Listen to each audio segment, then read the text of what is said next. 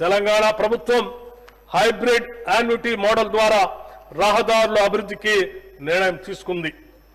ఈ మోడల్లో 40% ప్రభుత్వ నిధులతో 60% ప్రైవేట్ డెవలపర్ల పెట్టుబడితో రహదారులు అభివృద్ధి చేస్తాం. హ్యామ్ మోడల్లో 2028 వరకు 17,000 కిలోమీటర్ల గ్రామీణ రహదారుల్ని సుమారు 28,000 కోట్ల రూపాయల అంచనా వ్యయంతో అభివృద్ధి చేయాలని లక్ష్యంగా పెట్టుకున్నాం. రాష్ట్ర ప్రభుత్వం కొత్తగా 769.35 కిలోమీటర్ల పొడవు కలిగిన రహదారుల నిర్మాణానికి 3,725 కోట్ల 22 లక్షల రూపాయల మేరకు పరిపాలన అనుమతులు కూడా మంజూరు చేసింది. వీటిలో 55 కిలోమీటర్ల పొడవు కలిగిన రహదారులు 9 వంతెనల నిర్మాణం ఇప్పటికే పూర్తయింది. రాష్ట్రంలో గ్రామీణ ప్రాంతాల అనుసంధానం వీలుగా ప్రతి పంచాయతీకి బీటీ రోడ్డు ఉండేలా రోడ్ల నిర్మాణం చేపట్టాం.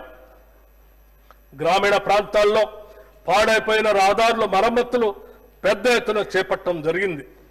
12 జిల్లా కేంద్రాల్లో కోర్టు భవన సముదాయాల నిర్మాణానికి 972 కోట్ల రూపాయలతో పాలనాపరమైన అనుమతులను మంజూరు చేశాం.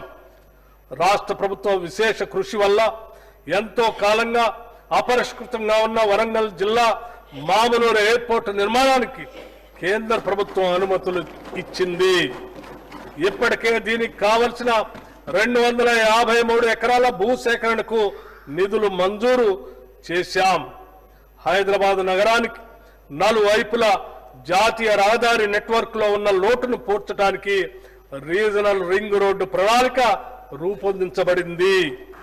ఈ రహదారిని ఎక్స్ప్రెస్ వే ప్రమాణాలతో అభివృద్ధి చేయాలని మొదటగా 4 లేన్లుగా నిర్మించి భవిష్యత్తులో ట్రాఫిక్ కి అనుగుణంగా 8 లేన్లకు విస్తరిస్తాం.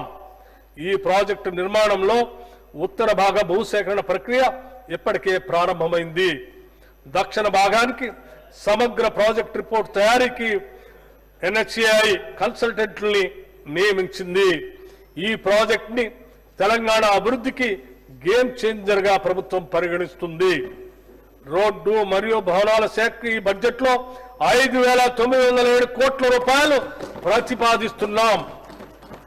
లేటెస్ట్ న్యూస్ తెలుగు మరియు ఇంగ్లీష్ అప్డేట్స్ కోసం ఇప్పుడే క్యూన్యూస్ అఫీషియల్ యాప్ ని ప్లే స్టోర్ నుండి డౌన్లోడ్ చేసుకోండి. సరికొత్త సమాచారాల కోసం క్యూన్యూస్ వెబ్సైట్ ని ఫాలో అవ్వండి. ఛానల్లో ప్రాంతీయ, జాతీయ, అంతర్జాతీయ వార్తలు వీక్షించండి. లైక్ చేయండి,